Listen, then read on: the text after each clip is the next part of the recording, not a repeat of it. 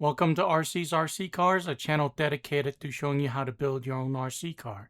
Today we're going to continue building this Kyosho Fantom PZF T-33 pan car kit.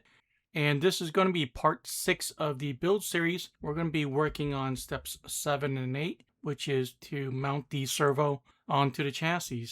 So let's get started. First we need to mount this plate onto the chassis, and then we'll mount the servo pretty much on top of this plate. And to do that, we need to identify the screws and nut first. And the screw for mounting this plate is going to be these two flathead screws that are black. And the two nuts that we need are going to be these two. So all we're going to do is to make sure this piece is kind of in this orientation. And then it's going to line up with those two holes right here, into there. So let's go ahead and line one up.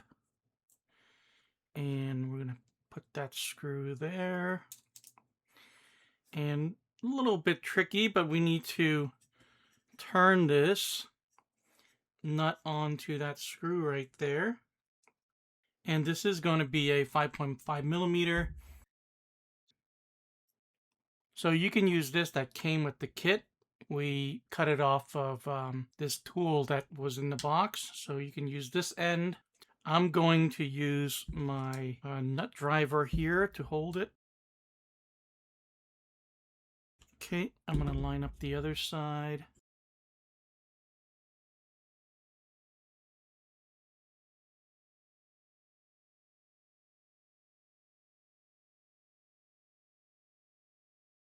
Alright, now we're going to mount the servo onto the chassis here like that. And we're going to be using these silver screw and nut here.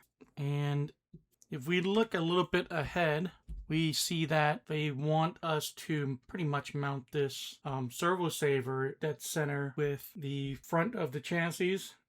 They're using this slot here and here so we can make adjustments. And again, it's just a little bit awkward, but it's nothing terribly difficult to do.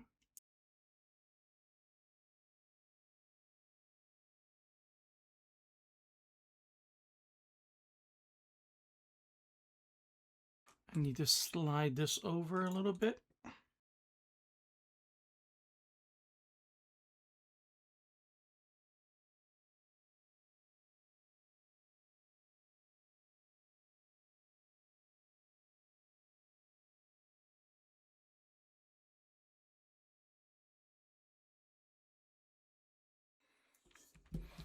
Okay, like I said, we do need to center this, so I'm going to just do my best.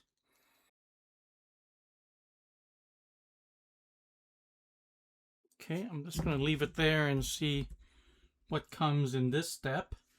So for now, we're done over here. So let's jump over here to the two tie rods. It looks like either end's going to be fine. And all we're going to do is to put a screw through there and then have it come on this side and then have a nut right here. And I believe those are going to be the smaller nuts and the smaller screws. And the same is going to go on to here. So let's see if I can do this part first. I think this side is going to be a little bit more difficult.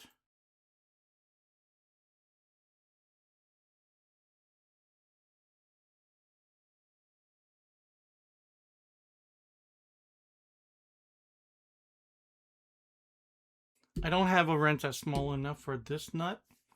You can use that hole right there.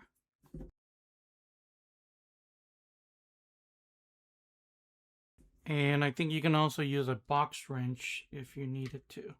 Okay, I think one of these ends, I think this end is going to be the correct size. And then let's go ahead and do this side. Okay, so for this part we need to find the button head screws. We also need to find this little spacer right here. So first we're going to thread the screw through the tie rod. with the taper side facing the tie rod. I'm going to thread that through, and then now onto the knuckle, and then the nut on the other side.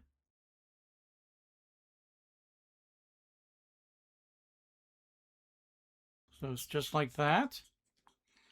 Pretty neat how everything works. Okay. And now we're going to do this side again. Which end you use doesn't matter. But I'm going to start over here.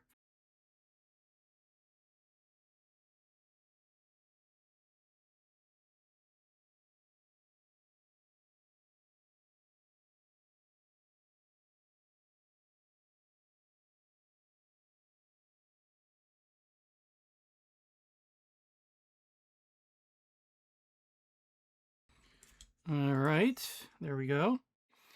All right, again, the screw will go through the tie rod and then the